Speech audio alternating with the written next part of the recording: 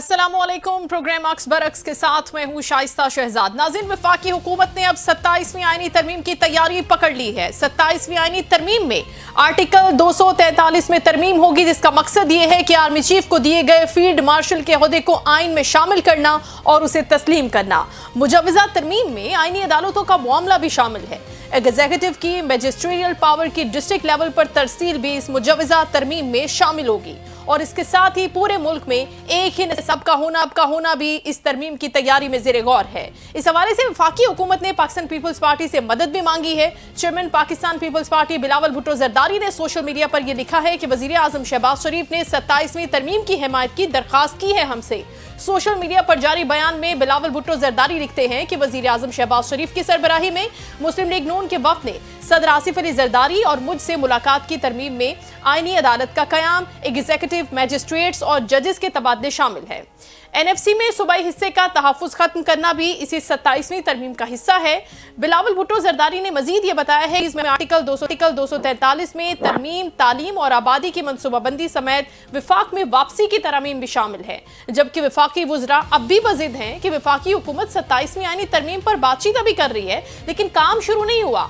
लेकिन दूसरी जानिब पाकिस्तान तहरीक इंसाफ ने यह मुसविदा पार्लियामान में आने से पहले ही मुस्तरद कर दिया है। पाकिस्तान तहरीक इंसाफ के रहनुमा असद कैसर ने एक्स पर लिखा है कि रियासती ऐवानों से एक मरतबा फिर एक नई आईनी तरमीम की बाज़गश्त सुनाई दे रही है। अभी 26वीं आईनी तरमीम के जख्म भी ताज़ा है। अब 27वीं आईनी तरमीम की बात हो रही है। 1973 का आइन पाकिस्तान का मुत्तफ़िक आइन है, जिसे जुल्फ़िकार अली भुट्टो और दीगर सियासी जमातों की क़यादत ने इत्तिफ़ाक़ राय से मंजूर किया था। आइन रियासत की तमाम इकाइयों को एक खूबसूरत बंधन में जोड़े रखता है, लेकिन अब भुट्टो साहब के जानशीन और उनकी अपनी जमात इसी आइन के चेहरे को मस्त करती हुई नजर आ रही है, या फिर जमहूरियत और अवाम के साथ खड़ी हो चूज कर ले।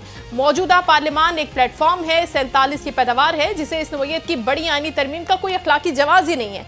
इसी सूरत हाल पर हम बात करेंगे। पाकिस्तान पीपल्स पार्टी के सीनियर रहनुमा हसन मुर्तजा साहब हमें ज्वाइन करें, उनको वेलकम करते हैं। अस्सलाम वालेकुम सर। जी वालेकुम सलाम। बहुत शुक्रिया सर आपके कीमती वक्त का। इससे पहले तो हुकूमत इसको छुपा रही थी, इस पर पर्दापोशी कर रही थी, इसको मुसविदे को भी खुफिया रखा हुआ था, लेकिन बिलावल भुट्टो साहब ने ये ट्वीट करके सबको बता दिया है कि ये तरमीम होने जा रही है। तो क्या सर इसकी वजह इसको हाइड करके रखने की अब तक यही थी कि बार्स के इलेक्शन का इंतजार हो रहा था और अब बिलावल साहब ने बता दिया इलेक्शंस के बाद? शुक्रिया जी। मैं समझता हूं कि ये पाकिस्तान पीपल्स पार्टी के लिए एक फख्र की बात है कि पाकिस्तान पीपल्स पार्टी चाहती है कि चीजें जो है उन्हें हाइड ना किया जाए, उनको खोला जाए, लोगों के सामने रखा जाए, डिबेट हो। जैसे कि अब आप अपने प्रोग्राम के अंदर इस चीज पे डिबेट कर रहे हैं, वगरना तो ये एक खुफिया डॉक्यूमेंट था और इसको लेकर और बिल्कुल टेबल करने तक कोई बंदा इस पे बात भी ना करता। आज चेयरमैन बिलावल भुट्टो के इस ट्वीट की वजह से पूरे मुल्क के अंदर और इंटरनेशनल ये डिस्कस हो रहा होगा। बिल्कुल। बाकी जहां तक ताल्लुक है तरमीम का या उन आर्टिकल्स का जिनमें गवर्नमेंट तरमीम चाहती है, तो सॉरी तो वो तो पाकिस्तान पीपल्स पार्टी का दिया हुआ आइन है और पाकिस्तान पीपल्स पार्टी की जो 18th अमेंडमेंट है, वो पाकिस्तान पीपल्स पार्टी ये चीज समझती है कि हम उसको छेड़ने नहीं देंगे। हम उस पे पूरी तरह से पीपल्स पार्टी जो है वो समझती है कि जो सूबाई खुद मुख्तारी थी, जो सूबों को हक दिया गया था, वो कम नहीं होना चाहिए और उस पर कोई कंप्रोमाइज भी नहीं होना चाहिए।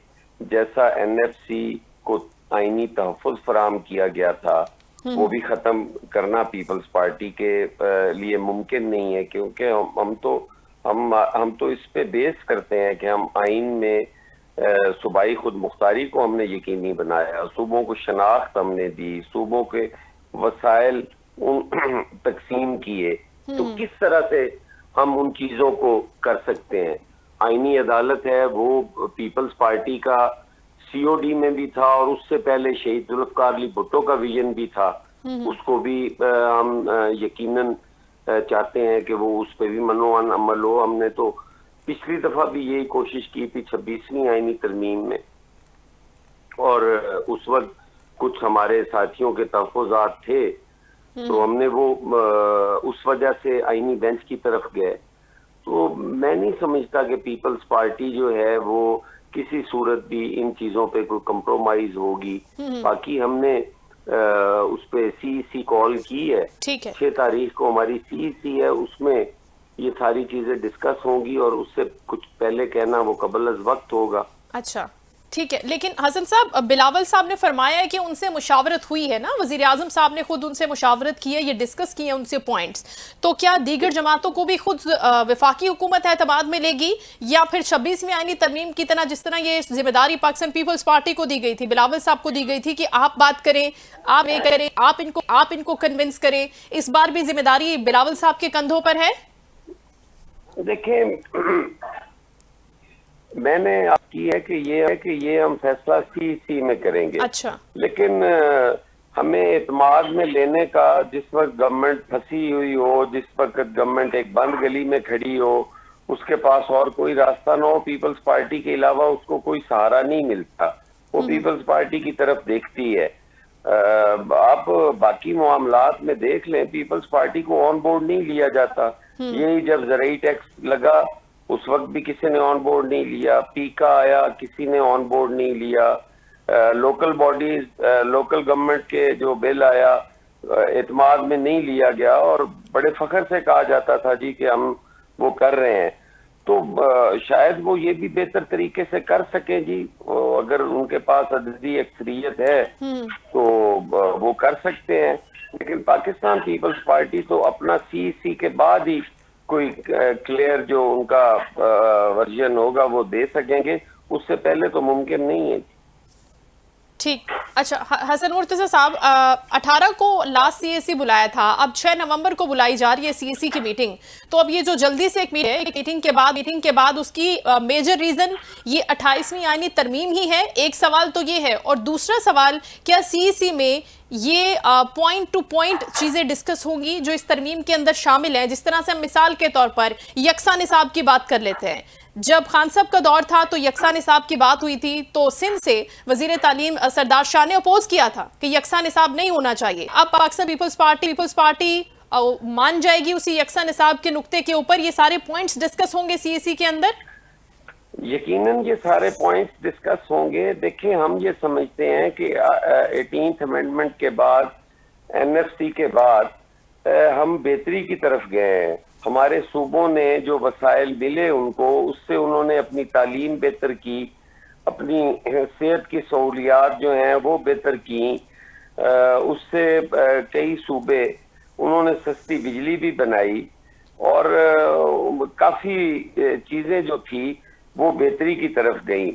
और फिर एक बुनियादी चीज जो है वो ये है कि पीपल्स पार्टी किसी भी ऐसे चीज पे कंप्रोमाइज नहीं करेगी जो हमारी बुनियाद है। सूबाई खुद मुख्तारी पाकिस्तान पीपल्स पार्टी की बुनियाद है। ठीक। सूबों के वसाइल की जो तकसीम है वो हमारी बुनियादी सोच है। हम चाहते हैं कि सूबे, उस पे तो कोई कंप्रोमाइज हो नहीं सकता।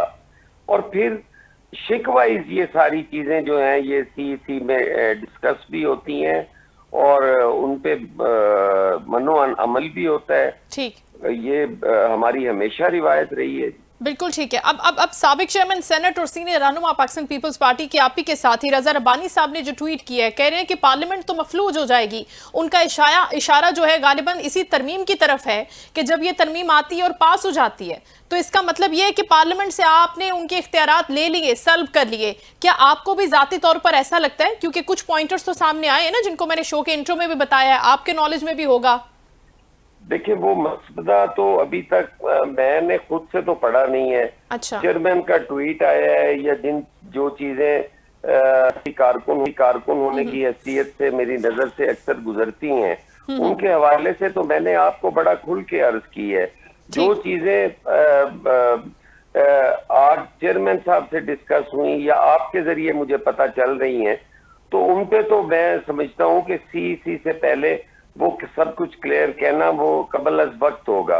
उस पर रजा रब्बानी साहब ने जो कहा है वो हमारे सीनियर भी हैं और बड़ी गहरी नजर रखते हैं आइन पे। 18th अमेंडमेंट जो है वो उनकी काविशों का नतीजा है। तो मेरा ख्याल है उनकी बात का वो जवाब भी बेहतर मेरे से दे सकते हैं और वो मेरे से जानते भी बेहतर हैं।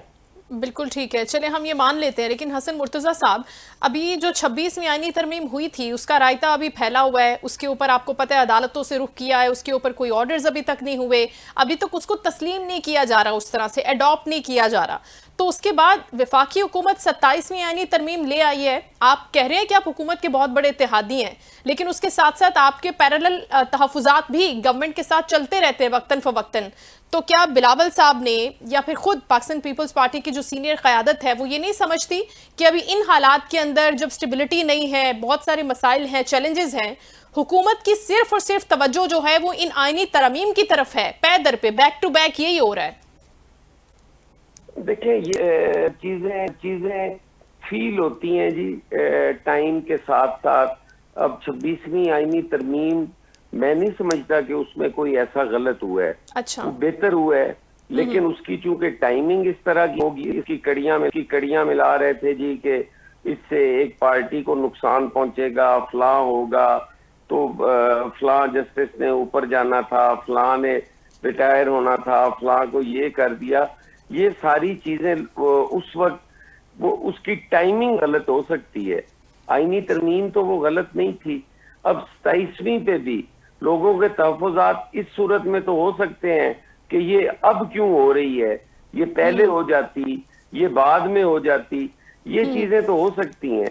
लेकिन जब तरमीम आती हैं, गवर्नमेंट उस पे अगर वो डिबेट के लिए करती है तो वो डिबेट तो होनी चाहिए। डिबेट तो एक हेल्दी एक्टिविटी है, उसमें तो आप ये नहीं कह सकते आज डिस्कस होगी, जैसे आपके प्रोग्राम में डिस्कस हो रही है, लोग बैठेंगे, बात करेंगे, निजी महफिलों में बात होगी, सही, लोगों की राय आएगी, लोगों का पता चलेगा कि उनका माइंड वो किस तरह इसको देख रहे हैं, कोई अच्छा कहेगा, कोई बुरा कहेगा, लेकिन अल्टीमेटली उसके नतायज अच्छे ही आएंगे।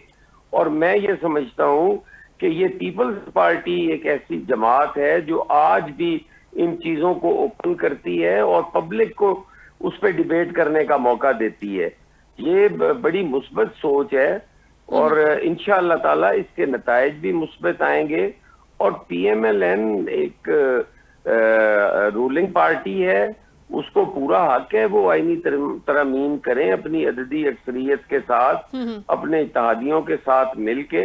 ये एक अलग बात है कि इत्तेहादियों के जो उसके रिजल्ट्स हैं वो कोई अच्छे नहीं है, लेकिन उनका काम है वो कोशिश करें, अपनी कोशिश कर भी रहे हैं। अच्छा हसन साहब, आईनी तरमीम के अंदर लास्टली सिर्फ आपसे ये मैं जानना चाहूंगी कि इस तरमीम से पहले जो 26वीं आईनी तरमीम थी उसमें आईनी अदालतों का मसला बहुत तूल पकड़ गया था, जिस पर मौलाना साहब के बड़े तहफ़्फ़ुज़ात थे।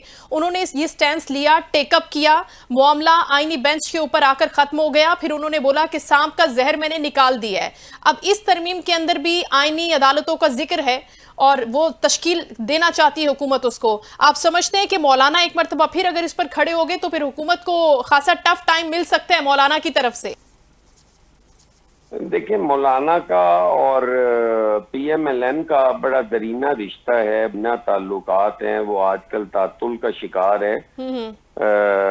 बेहतर भी हो सकते हैं और मौलाना साहब उस पे अपनी कुछ चीजें मनवा भी सकते हैं, बात भी कर सकते हैं। हमारे लिए तो वो काबिल एहतराम है, हमने हमेशा उनकी चीजों का एहतराम किया है और उनको स्पेस भी दी है, सारा कुछ किया है।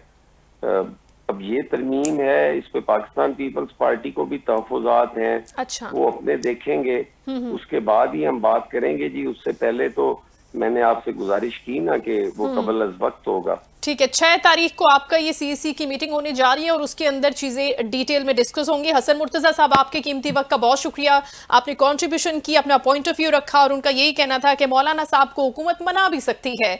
मौलाना साहब एक देरीना सियासतदान भी हैं, ज़ीर सियासतदान है, लेकिन इसके साथ साथ रूलिंग पार्टी पीएमएलएन के साथ उनके ताल्लुकात अक्सर व पेशतर खराब होते हैं लेकिन सही भी हो जाते हैं। तो अगर वो आईनी अदालतों के क़याम पर बात करते हैं और उसके अंदर हुकूमत उनको एतमाद में ले लेती है, ये मनाने में कामयाब हो जाती है, तो हो सकता है कि वो इस पॉइंट से स्टेप बैक भी कर जाए। प्रोग्राम में अभी वक्त हुए ब्रेक का, हमारे साथ रहिएगा।